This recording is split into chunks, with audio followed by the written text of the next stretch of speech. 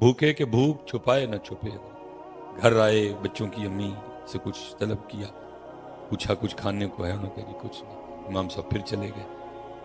अब वो बच्चों की अम्मी से भी नहीं देखा गया। वो क्या किया उन्होंने, मोहल्ले में किसी घर गई, थोड़ा सा आटा मांग लाई कि जब हमारा आटा आएगा तो हम आपको दे देंगे।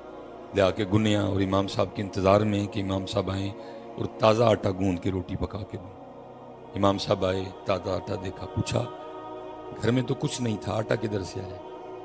बीबी साहबा ने अर्ज़ की कि फलां फलां घर से मांग के लाई। आपने फरमाया उसका रिज़्क़ तो मशकूक है, उसके बारे में तो कोई पता ही नहीं वो क्या करता है, वो कैसे कमाता है, इसलिए मशकूक रिज़्क़ ना मैं खाऊंगा ना मेरे घर वालों में से कुछ खाएगा, कोई खाएगा। इमाम साहब चले गए। वो लिखा है थोड़ी देर बाद फ़कीर आ गया, उसने दरवाजे पे दस्तक दी। उस फ़कीर को वो ताज़ा आटा दिया गया। ज़ाहिर है फ़कीर के लिए भी पहला मौका था कि उसको किसी ने गुंदा हुआ ताज़ा आटा दिया। उसने कहा ये क्या मामला के? उन्होंने कहा जी इमाम साहब कह रहे हैं कि ये जिनसे आटा लाया गया है मशकूक है, इसलिए ना मैं खाऊंगा ना मेरे घर वालों में से कोई खाएगा, तो फिर तू ले जा। उन्हें कहा जड़ा आटा मेरे इमाम ने नहीं खाना मैं भी नहीं खाना।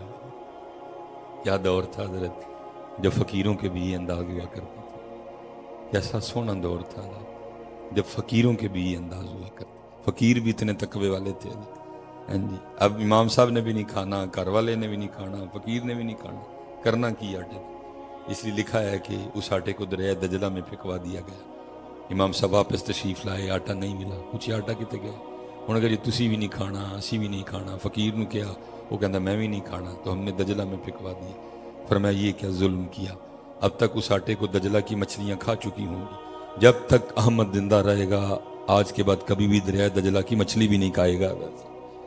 ये पुत्र मयार थे उनके।